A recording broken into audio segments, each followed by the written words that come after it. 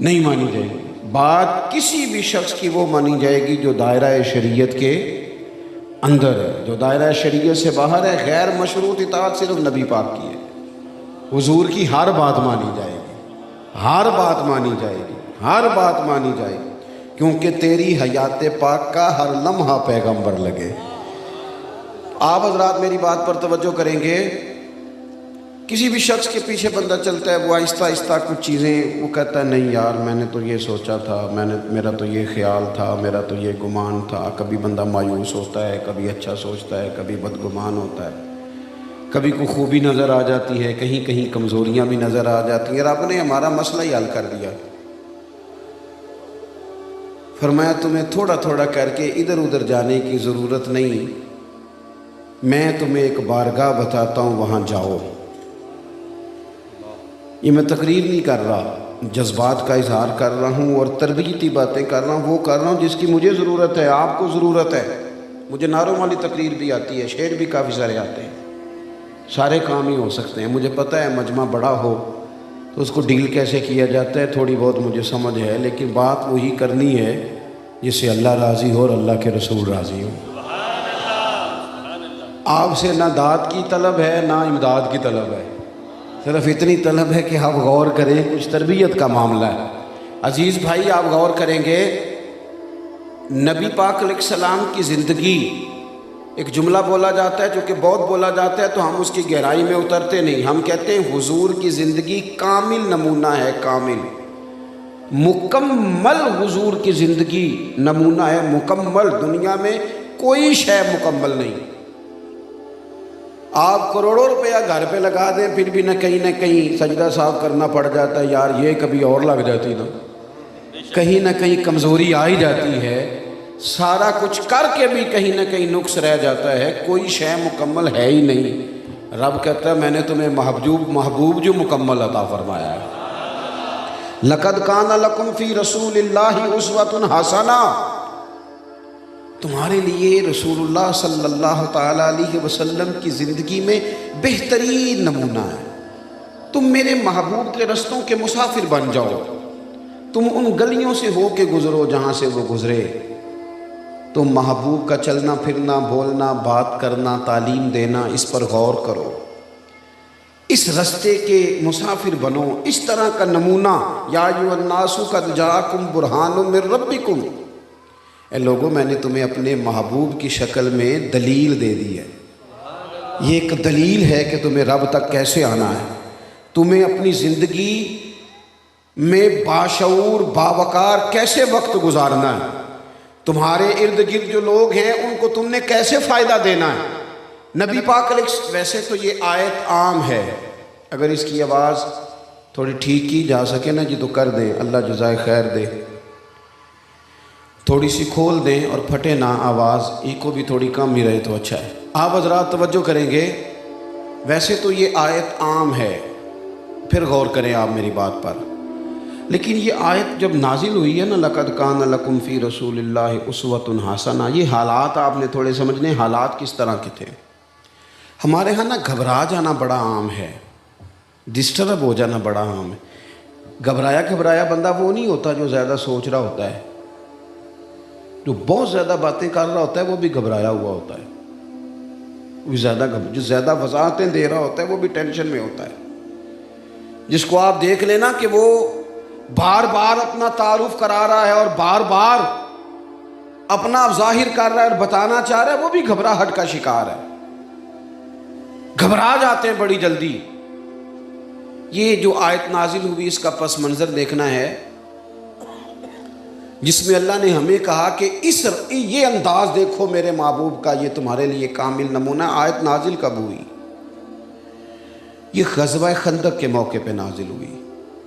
جتنے کفار تھے قریش، وہ سب ایک جگہ بیٹھے، سب نے اکٹھے ہو کر مدینہ شریف پہ حملہ کر دیا۔ جب ادھر سے سارے کافر اکٹھے ہو کے آ گئے تو مدینہ شریف میں جن یہودیوں سے مسلمانوں کا معاہدہ تھا ساتھ چلنے کا، وہ معاہدہ توڑ کے الگ ہو گئے۔ منافقین جو بڑے جھوٹے دعوے کرتے تھے وہ بھی الگ ہو گئے۔ معاشی حالات اتنے کمزور تھے کہ صحابہ نے پیڑ پہ پتھر باندھے ہیں، بھوک اتنی ہے، موسم سخت سردی کا، ہر طرف سے حالات، وہ دکھ کئی دفعہ کٹھے نہیں آ جاتے سارے، دکھاں دے گل ٹلیاں بنو یہ چپ چپیتے ہی آ جاندے نے، سارے کٹھے آ جاتے ہیں، پتہ ہی نہیں چلتا، سارے دکھ سارے غم کٹھے ہی۔ کافر سارے آ گئے، اندر جن سے معاہدہ تھا وہ توڑ گئے، بھوک شدت کی، موسم سختی کا۔ حضور نے صحابہ کو بٹھایا، فرمایا مشورہ دو بھئی مقابلہ کیسے کرنا ہے؟ کرنا مقابلہ ہی ہے۔ ہم تو اندر بیٹھ کے رونا شروع کر دیتے ہیں، کبھی اس کو دکھ سنا، کبھی اس کو سنا، کبھی اس وہ، کیا کر لے گا بندہ؟ کوئی آپ کے سامنے آپ کو تسلی دے گا، باہر جا کے کہے گا جب بھی ملو روتا ہی رہتا ہے، یہ تو اس کے تو حالات ٹھیک ہی نہیں ہوتے، کیا ضرورت ہے؟ دکھ اللہ رسول کو بتائے جائیں۔ محبوب نے صحابہ سے کہا بتاؤ بھئی کیا کرنا ہے؟ سب نے مشورے دیے۔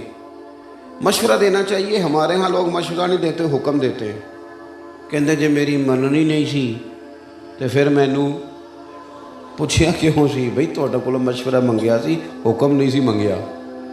یہاں تو پھر آپ سے کہا جاتا ہے نا ذرا مینوں حکم کرے آجے، تو آپ کر دیتے۔ مشورہ رکھا بھی جا سکتا ہے اور چھوڑا بھی جا سکتا ہے۔ بڑے بڑے صحابہ نے مشورہ دیا خندق میں، حضور نے فرمایا نہیں بھئی۔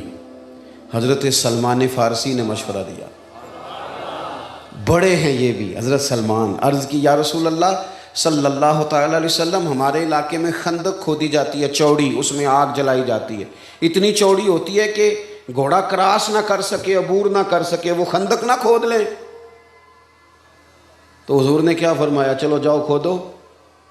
فرمایا لاؤ نہ کئی، لاؤ نہ کدال ہے، لاؤ نہ لگے جو مزدور شاہ ایسا، نہ دھن نہ دولت سربراہ ایسا، عرش نشیں کا زمین پہ گھر ہے، میرا پیغمبر عظیم تر ہے۔ نبی کریم خود ساتھ ملے، خندق کھودی گئی، بلکہ جو چٹان صحابہ سے نہیں ٹوٹتی تھی، حضور فرماتے مجھے دو نہ تھوڑا، میں توڑ کے دیتا ہوں۔ خندق کھودی، آگ جلائی، مقابلہ کیا۔ کتنے دنوں کی لڑائی تھی؟ کتنے دن کافر رہے؟ پورا 1 مہینہ۔ 1.5 گھنٹے میں ہمارا نوجوان تھک جاتا ہے۔ لوگ کہتے ہیں وہ جی اتنی باتیں لوگ مجھے کرتے ہیں، اور میں نے کہا باتیں 2 طرح کی ہوتی ہیں، یا تو باتوں کے پتھر بنا کے کندھے پہ رکھ لو، تھک جائے گا وجود، کمر ٹوٹ جائے گی، یا باتوں کا پتھر بنا کے پیر کے نیچے رکھو، قد اونچا ہو جائے گا۔ اب اپنی اپنی مرضی ہے، کسی نے لوگوں کی باتوں کے پتھر بنا کے پیروں کے نیچے رکھنے ہیں کہ کندھوں کے، باقی تو مخلوق کو جو زبان ملی ہے تو باتیں تو پھر ہوں گی۔ کسی نے کہا تھا مخلوق تو فنکار ہے اس درجہ کے پل بھر میں، سنگے در کعبہ سے بھی اصنام تراشے، اور تم کون ہو کیا چیز ہے داغ کبابی، لوگوں نے تو جناب مریم پہ بھی الزام تراشے۔ کو معافی دیتے ہیں، بات تو چلتی ہے تو چلنے دو۔ یاد رکھیں گے آپ، ان حالات میں 1 مہینہ پورا مدینہ منورہ کا محاصرہ کیا کفار نے۔ کھجور کھا کے، پانی پی کے، خندق کھودنا، پیٹ پہ پتھر باندھنا، لوگوں کو سہارا دینا، تسلی دینا، اور مہینہ ڈٹے رہنا۔ نتیجہ کیا نکلا؟ وہ جو سارے آئے تھے لڑنے کے لیے، وہ ایک دوسرے کو کہنے لگے تو غدار ہے، کہتا نہیں تو غدار ہے، کہتا تو نے ہمیں کہا تھا چلو، کہتا تو نے کہا تھا جیت جائیں گے۔ ایک دوسرے کو برا بھلا کہہ کے وہ وہاں سے نکل گئے۔